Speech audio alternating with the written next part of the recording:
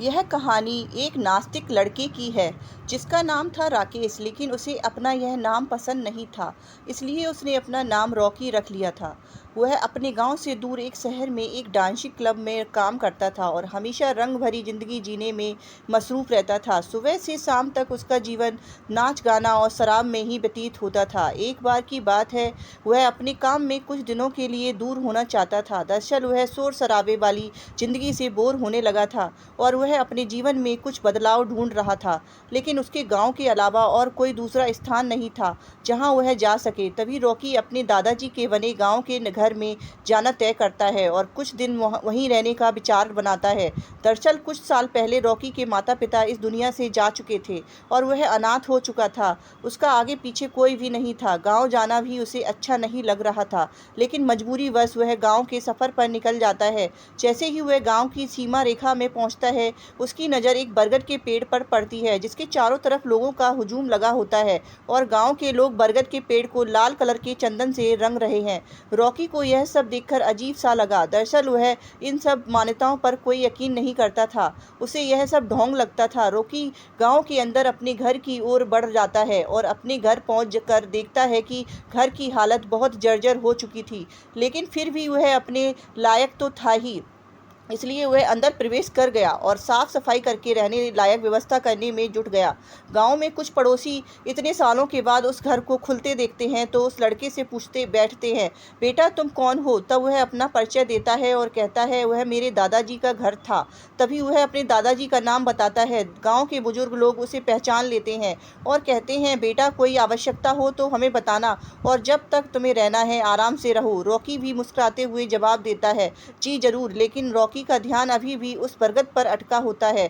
तभी रॉकी एक बुजुर्ग व्यक्ति के पास जाकर बरगद के पेड़ से जुड़ी हुई बातों को पूछता है। तो बुजुर्ग व्यक्ति बताते हैं कि वहाँ हमारी कुल देवी है जिसकी पूजा हम हर महीने करते हैं और उन्हीं की वजह से इस गांव में खुशहाली बनी रहती है। बुजुर्ग व्यक्ति की बात सुनकर रॉकी जोर जोर से हंसने लगता है और कहता है, आज के ज़माने में भी आप लोग कितनी पिछड़ी हुई बातें कर रहे हो। आज कंप्यूटर का ज़माना आ चुका है, लेकिन आप लोगों को वही पुरानी रीति रिवाजों से फुर्सत नहीं है। रॉकी की ऐसी अपमानजनक बातें सुनकर बुजुर्ग को गुस्सा आ जाता है और वह रॉकी को बुरा भला कहता है। रॉकी भी बुजुर्ग की बात से नाराज होकर वहां से चला जाता है और कसम खाता है, जब तक इस गांव की इन सब रीति रिवाजों की पोल ना खोल दूं तब तक यहां से नहीं जाऊंगा। अगले ही दिन शाम के वक्त गांव वाले अपनी अपनी फसलों की पूजा करने के लिए खेतों में जा रहे होते हैं और रॉकी भी उनके पीछे पीछे खेत तक पहुंच जाता है और छुपकर देखता रहता है। काफ़ी देर तक इंतजार करने के बाद गांव के लोग पूजा करके वापस चले जाते हैं, लेकिन रॉकी के दिमाग में विरोध का ज्वालामुखी फूट पड़ा था और वह अपनी बात को सच साबित करने के लिए कुछ भी करने को तैयार था। तभी वह खेतों के किनारे दिए जलते देखता है और उसके दिमाग में आता है, क्यों ना खेत में आग लगा दी जाए, फिर कौन उसकी फसलों की रक्षा करेगा। अब देखता हूँ कौन सी कुल देवी आती हैं बचाने। वह गांव वालों के खेतों में आग लगा देता है और देखते ही देखते आग बढ़ने लगती है और रॉकी गांव की तरफ तेजी से भागने लगता है ताकि उसे कोई देख ना सके। लेकिन जैसे ही वह अपने घर के पास पहुंचता है, वह देखता है उसका घर आग की लपटों में झुलस रहा है और गांव के लोग पानी से आग बुझाने में लगे हुए हैं। उसे कुछ समझ नहीं आता कि वह कैसे हो गया।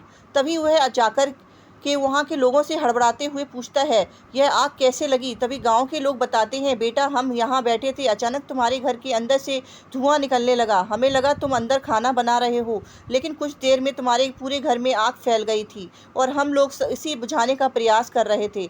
लेकिन रॉकी को अपनी गलती का एहसास हो रहा था। उसे लगा कि अब गाँव वालों को मैं क्या कहूँगा। तभी अगले ही पल एक किसान दौड़ता भागता आता है और कहता है, अरे चलो देखो, किसी ने हमारी फसलों में आग लगाने की कोशिश की है।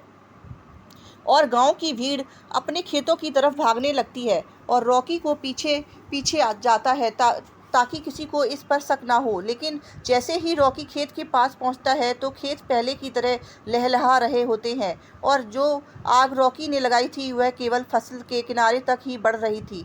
रॉकी समझ चुका था, जरूर यह कुलदेवी की महिमा है और वह उसी बुजुर्ग के पैरों में गिर जाता है जिससे उसकी बहस हुई थी और सारी बात बता देता है। गांव वाले उसे उसकी नादानी के लिए क्षमा कर देते हैं। अगले ही दिन रॉकी कुलदेवी के उसी बरगद के वृक्ष के नीचे जाकर गांव की परंपरा के अनुसार पूजा करता है और हाथ जोड़कर कुलदेवी से अपने अच्छे भविष्य की कामना करता है और इसी के साथ वह गांव को छोड़कर चला जाता है। लेकिन इस घटना से एक नास्तिक व्यक्ति को आस्था के से जोड़ दिया था, जो कि कुलदेवी का ही प्रताप था।